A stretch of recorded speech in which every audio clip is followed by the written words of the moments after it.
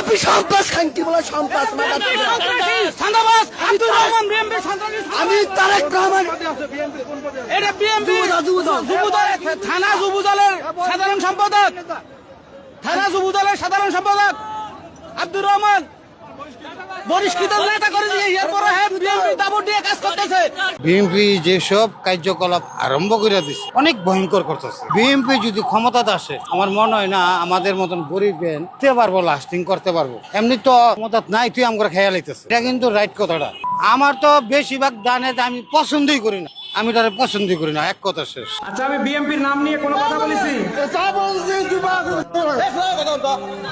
আপনি কাকে আমি কি বিএনপির নাম নিয়ে কথা বলেছি? আপনি কথা বলেন, বলেন আপনি কথা বলেন। আপনার স্বাস্থ্য কম না? দেশের থেকে যদি ইসলাম ধ্বংস করতে চান তাহলে অন্যদিকে তাকানো যাবে না। এই যে বিএনপিকে আপনাদের সাহায্য করতে হবে, বিএনপিকে সহযোগিতা করতে হবে, সবাই এক থাকতে হবে। দেশকে যদি ভালো রাখতে চান, দেশের থেকে যদি ইসলাম ধ্বংস করতে চান তাহলে অন্যদিকে তাকানো যাবে না।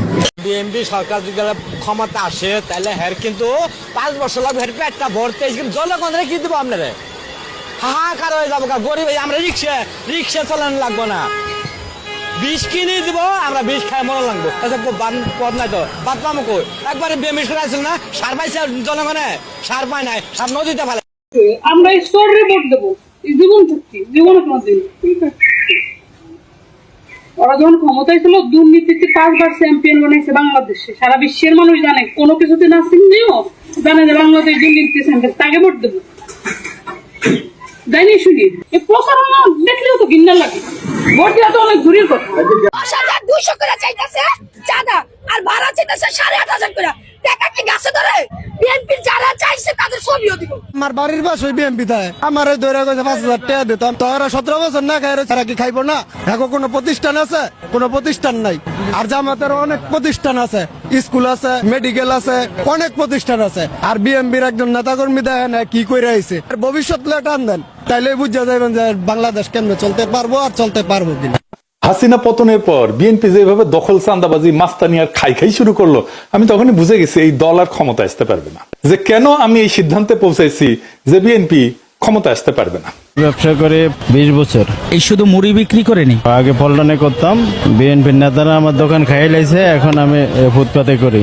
সেখানে কত টাকা আপনার লস হয়েছে? প্রায় মাল সামানে ছিল 1.5 লাখ টাকার মতো, কিছু আনতে পারি নাই। আরো পোলাবানের পিছিয়ে 1.5 লাখ টাকার উপরে খরচ হয়েছে। এই তো 7-8 মাস আগে ওরা 5 গ্রুপ সাদা চাইছে, তো ওরা মারামারি করে আমার উপরে জাল উঠেছে। দেখলেন তো, একটা ক্ষুদ্র ব্যবসায়ী ঝালমুড়ি বেচছে, তার ব্যবসার উপরে বিএনপির 5-5টা গ্রুপ ঝাঁপে পড়িছে। শুধু তাই না, তার দোকান পর্যন্ত নষ্ট করেছে, তার মূলধন টুলধন নষ্ট করে দিছে। এখন প্রশ্ন হইতেছে, আওয়ামী লীগকে চাঁদাবাজি বখরা নেওয়ার কাজ করেনি? করছে। তাইলে তার আমলে কেন মানুষ এভাবে প্রকাশ্যে কথা বলে নাই? এই যে বদল এইখানে, এখন মানুষ আর সেই আগের ভয়ের মধ্যে নাই। এখন তার সেই গুমের ভয় নাই, আতঙ্ক নাই, রাষ্ট্রযন্ত্রকে ব্যবহার করে জনমতকে দমায় দেওয়া নাই। তাই মানুষ কথা বলে। আপনারা জানতে পারেন বিএনপি ওয়ালারা তাই চায় একটা নির্বাচনের পর ক্ষমতা আসতে, যেন রাষ্ট্রশক্তি ব্যবহার করে আর একটা ভয়ের রাজত্ব কায়েম করতে পারে।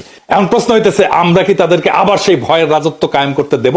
প্রশ্ন রেখে গেলাম আপনাদের কাছে। এরা বিরোধী দলে থাকবে, তারেক সাহেব বিরোধী দলের নেতা হবে, এই যথেষ্ট ওনার জন্য। কারণ উনি কিন্তু বাংলাদেশের ফার্স্ট মাফিয়া, এটা সবাই জানে।